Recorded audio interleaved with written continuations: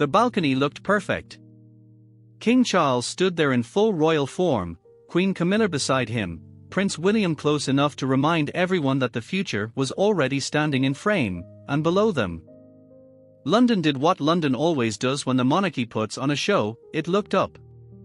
The flags were moving, the uniforms were exact, the red arrows tore color across the sky, and for a few minutes it all felt untouchable, almost too polished to question. But sometimes the most important royal news does not arrive during the flypast. It arrives after the cheering. It arrives in a line hidden inside official papers. It arrives in the kind of announcement that does not sound explosive until you stop, read it again, and realize what it actually means. That is exactly what happened this week when the palace confirmed something very few people expected. King Charles and Queen Camilla will not move into Buckingham Palace even after its £369 million refurbishment is completed. The building that has defined royal power for generations will remain the ceremonial centre of the monarchy, but not the king's home. Not now. Maybe not ever in the way people once imagined. And that was not the only surprise. The same financial disclosures revealed that King Charles paid £12.9 million in tax for 2024 to 25, becoming the first British monarch in modern times to publish that figure. While Prince William disclosed he paid £7.76 million over the same period. So in the span of one royal update, the public got three things at once: a king refusing the palace everyone expected him to rule from, a queen remaining beside him at Clarence house, and an heir stepping further into the light of transparency. That is why this story feels bigger than a property decision. Because Buckingham Palace is not just a building. It is the building. It is the balcony. The state banquets. The guarded gates. The giant rooms where prime ministers arrive, ambassadors bow, and cameras hunt for signs of continuity. It has been the official London residence of the sovereign since Queen Victoria. It has 775 rooms. It carries almost 2 centuries of royal muscle memory. So when a reigning king decides he will work there, appear there, host there, but not live there, people do not hear a housing choice. They hear a shift. And once people hear a shift, they start asking the harder question. What does King Charles know about the future of the monarchy that the public is only just beginning to see? That question hangs over everything. Because this is not happening in a calm moment. Charles is trying to modernize a monarchy under constant scrutiny. The royal accounts showed the sovereign grant rising to £132.1 million in 2025 to 26, with more than half of that linked to preserving and protecting occupied royal palaces.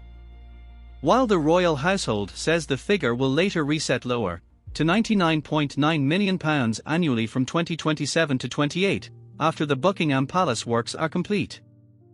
Officially, this is about long-term planning, value for money, maintenance backlogs, green energy, cybersecurity, and adapting the institution to a new age. The royal family gov.uk, but the emotional truth lands differently. People hear the numbers. They see the palace. Then they hear that the king will not even live there.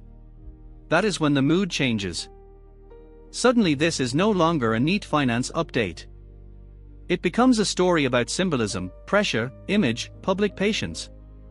And the strange feeling that the monarchy is trying to look more open while quietly redrawing what royal life will actually look like from now on.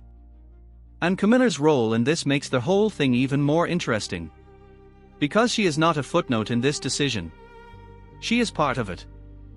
The palace says their majesties have chosen to remain at Clarence house, where Charles has lived since 2003 and where he and Camilla have lived together since their 2005 marriage. Officials say part of the reason is practical: both are now in their late 70s, neither wants the upheaval of a full move. And living inside Buckingham Palace full-time would reduce public access and complicate security. All of that is reasonable. All of that is tidy. But tidy never fully kills intrigue in royal stories. Because people notice when a queen stays quiet. They notice when a massive palace reopens, yet the king and queen remain elsewhere. They notice when the future appears less like grandeur and more like a controlled retreat.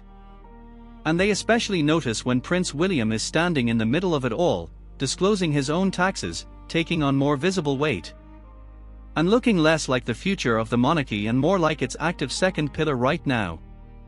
That is what makes this such a compelling royal moment. On the surface, nothing dramatic happened. No feud exploded in public. No resignation. No slammed door. No shocking family statement. Just a palace report, a tax disclosure, and a housing decision. Yet somehow it felt bigger than many open scandals. Because royal power often changes shape quietly first. Through procedure. Through architecture. Through access. Through money. Through where a king chooses to sleep at night. And that is where this story starts to bite. If King Charles will not live in Buckingham Palace, then what exactly is Buckingham Palace becoming? A monument? A machine? A stage set for monarchy without the intimacy of monarchy? A national asset with a crown on top but fewer traces of private royal life inside? Officials insist it will remain the ceremonial and operational center of royal life. The king will still host receptions there, hold audiences, welcome ambassadors, and use private rooms during working days. The building is not being abandoned. Far from it. But that answer almost makes the mystery sharper, not softer, because it suggests the palace may now be most valuable not as a home, but as an image. And once monarchy starts separating image from home, performance from residence, history from habit, you are no longer just watching tradition. You are watching redesign. This was supposed to be a straightforward financial update. Instead, it landed like a warning bell. Not loud. Not chaotic. Just clear enough to make people wonder whether Charles, Camilla, and William are already living inside a version of the monarchy the public has not fully caught up with yet. And that is where the royal story begins. To understand why this decision feels so loaded, you have to understand what Buckingham Palace means in royal life.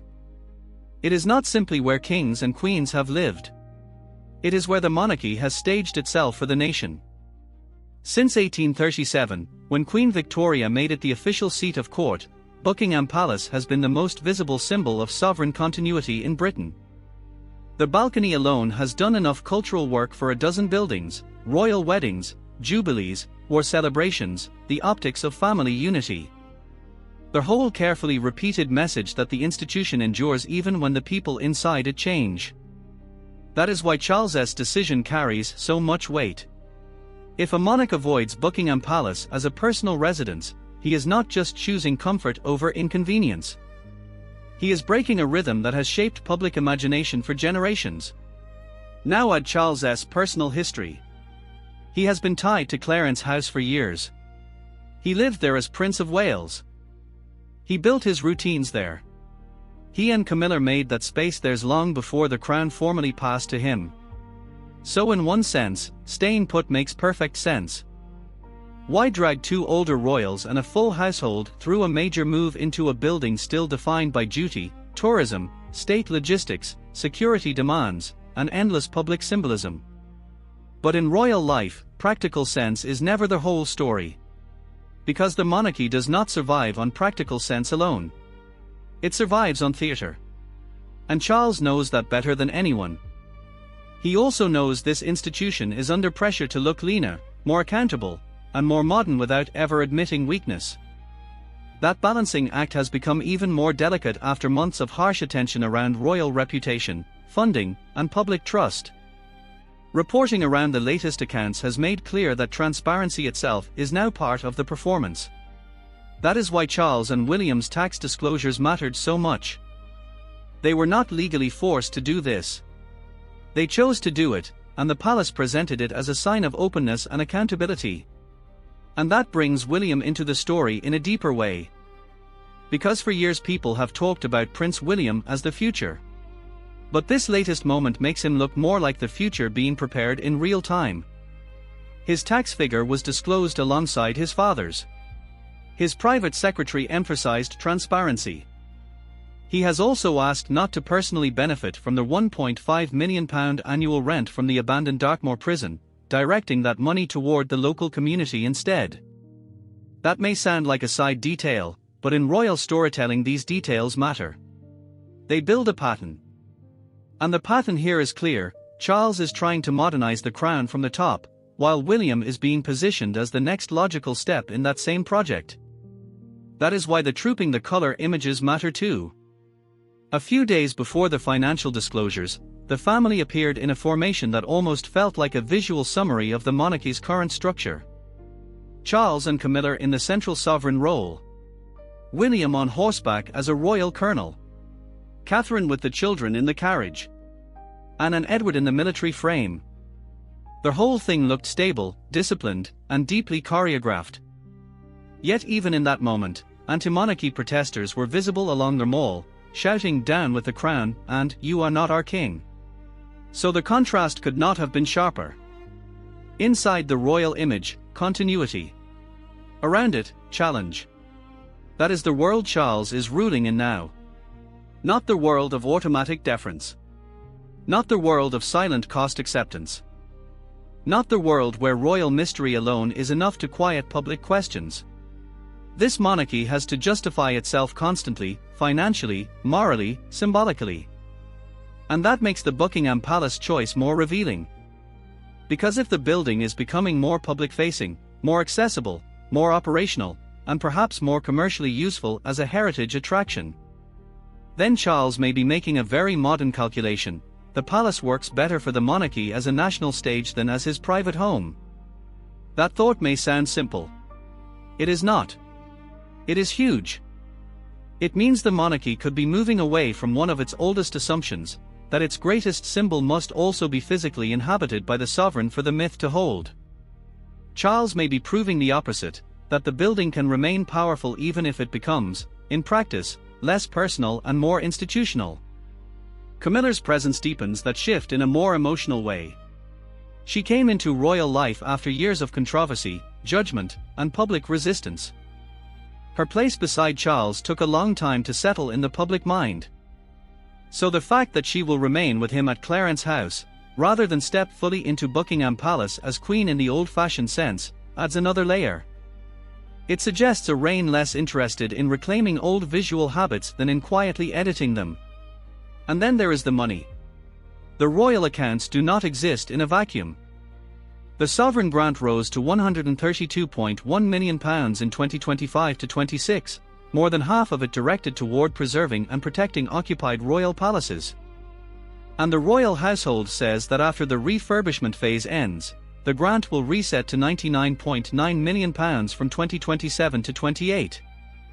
Officials insist that this reflects lower requirements after the Buckingham Palace resurfacing program is completed, and they describe the framework as sustainable and proportionate.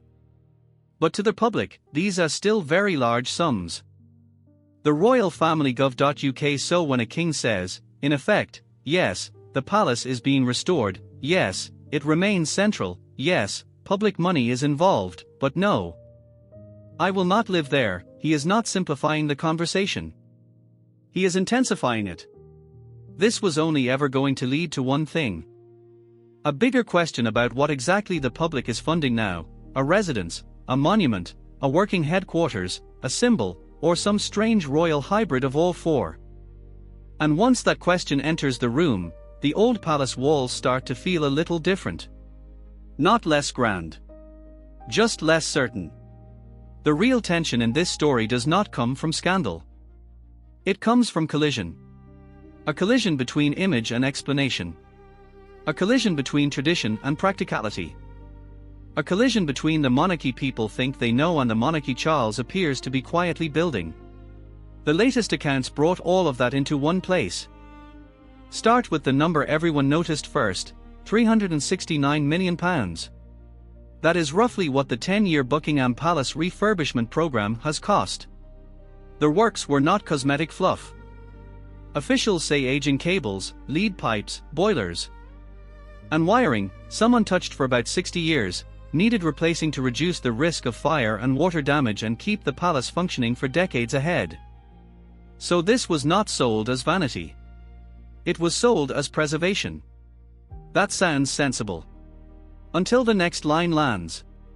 The king will not live there. That is the point where sensible starts to feel politically awkward.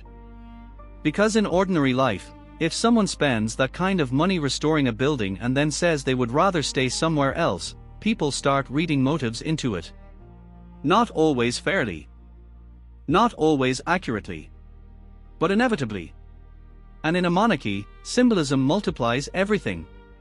Charles and Camilla's reasons, as explained by officials, are straightforward enough.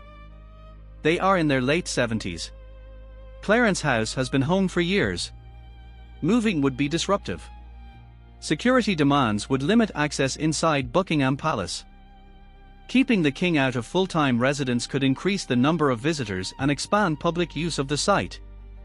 Palace officials even suggested the landmark might open longer and generate more income. Yet the criticism came almost instantly. Norman Baker argued the palace should be fully open and visitor revenues should go to the treasury. Graham Smith of Republic said if Charles does not want to use Buckingham Palace as a residence, it should be open to the public all year round. These were not fringe observations whispered from nowhere. They were the predictable reaction to a monarchy trying to sell modernization while protecting ritual at the same time. And then came the tax revelation. That changed the temperature again. Because when Charles disclosed £12.9 million in tax for 2024 to 25, and William disclosed £7.76 million, the palace was clearly trying to get ahead of criticism by emphasizing openness. The BBC described Charles as becoming the first monarch to reveal their tax bill in modern times.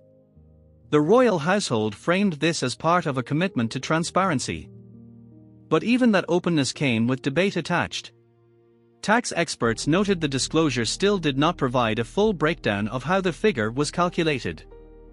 So the move helped, but it did not shut the conversation down.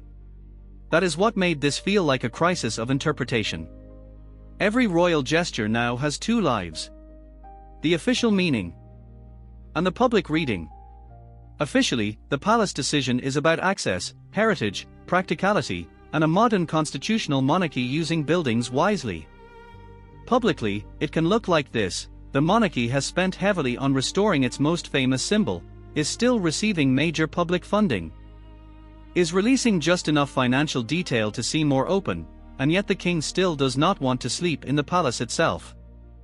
That gap between intention and impression is where royal trouble lives. Not in screaming headlines. In doubt. And William's presence in this moment sharpens that doubt in a fascinating way. Because he is not standing apart from these changes. He is being folded into them. His tax disclosure was released in the same atmosphere. His Duchy of Cornwall arrangements were discussed in transparency terms. His public image remains tied to duty, family discipline, and future leadership.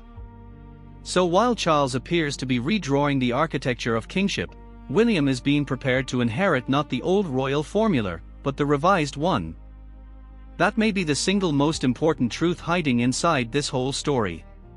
This is not only about where Charles lives. It is about what kind of monarchy William is being asked to inherit. One built around residence and mystique?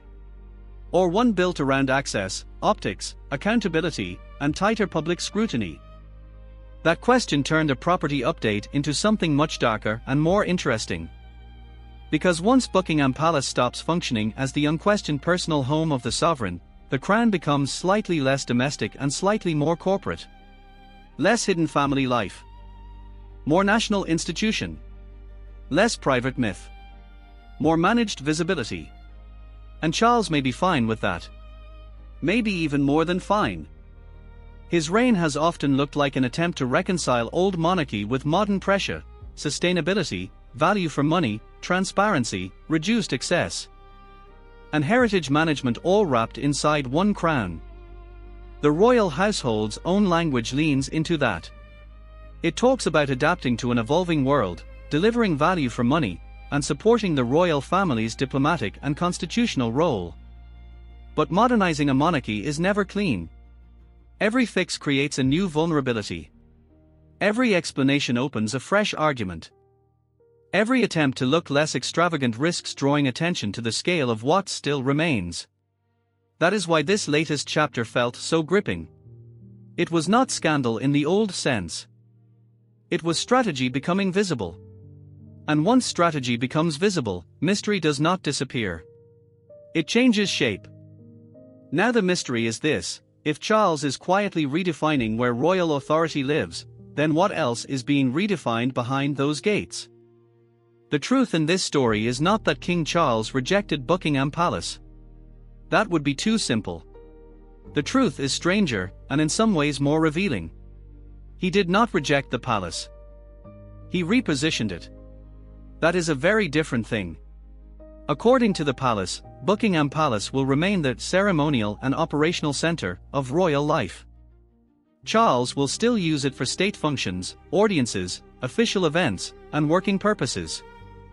Private rooms will remain available during the day, and officials even left open the possibility of residential use in times ahead. So this is not a farewell.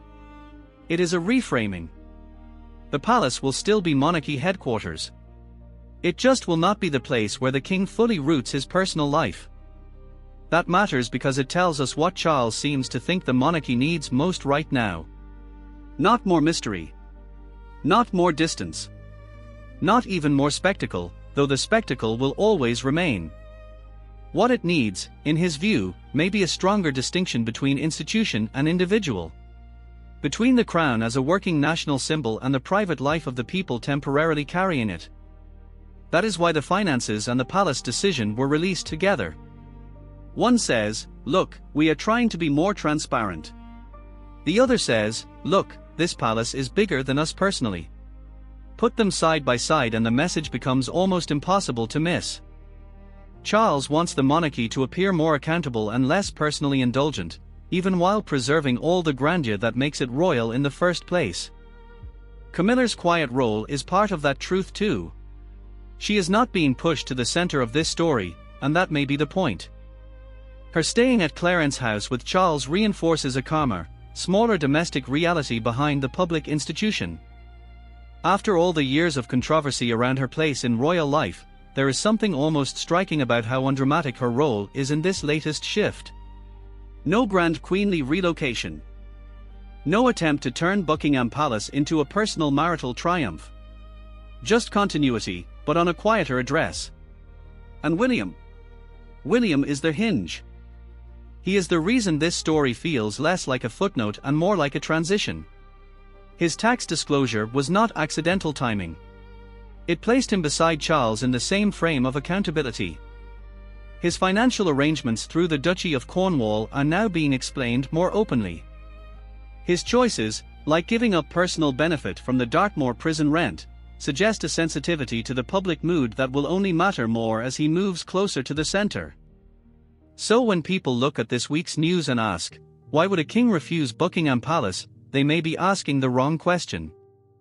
The better question is this: why would a king make Buckingham Palace less like a home and more like a public instrument? And the answer may be because he believes that is the only way the monarchy survives the century it is now entering. A fully inhabited palace belongs to an older kind of royal imagination. A working palace with expanded access, stronger symbolism, more transparency, and less private entitlement belongs to a newer one. That does not mean the criticism goes away. Far from it. The numbers remain huge. The optics remain delicate. Opponents of the monarchy are not going to be silenced by a tax disclosure or a housing adjustment. For them, this story proves the institution is costly, overprotected, and still too dependent on public patience. Even some critics who welcomed more openness argued the finances remained too opaque or that public access should go further. But Charles may not be trying to win everyone. He may only be trying to prevent the monarchy from looking frozen. That is different. And maybe more realistic. The latest royal household report said their majesties undertook 708 engagements, and that working members of the royal family together completed 2,273 engagements across the UK and overseas. While nearly 97,000 guests attended 827 palace events. Those are not the numbers of an institution trying to disappear. They are the numbers of an institution trying to prove usefulness. That is the deeper truth. This is a monarchy fighting not just for relevance, but for the right to define relevance on its own terms. Charles seems to be saying, The palace can be more open without being surrendered. The monarchy can be more transparent without fully exposing itself. The sovereign can serve from the palace without sleeping under its roof. That is a subtle argument. But it is also a bold one. Because if it works, Charles will have changed one of the oldest visual habits in British royal life without blowing up the institution around it. And if it fails, people will remember this moment as the week the palace became a symbol too large, too expensive, and too public to still pretend it was only ever a home. That is why the title of this story matters. King Charles refused the palace. Not in the dramatic sense. In the strategic sense. He refused the old expectation that being king means living inside the biggest symbol available simply because history says you should. He chose Clarence house with Camilla. He chose disclosure over complete silence. He chose to stand beside William in a moment that felt a lot like inheritance practice, even without a handover. And in doing that, he may have revealed something people were not supposed to see so clearly yet: the monarchy's future may not be built on living grander. It may be built on appearing leaner while guarding the same old power more carefully than ever. That is what makes this story so unsettling and so watchable at the same time. Because beneath the polish, the balcony waves, the military uniforms, and the royal accounting language, there is a much more human drama moving quietly underneath it all. A man in his late reign trying to shape the institution before it shapes his legacy. A queen staying composed in a decision that says more than it appears to. An heir watching closely, already being folded into the next version of the crown. And a palace, the palace, standing there in restored magnificence, still central, still famous, still powerful, but no longer quite what people thought it was. That is not just royal news. That is a monarchy changing rooms without admitting it has changed shape.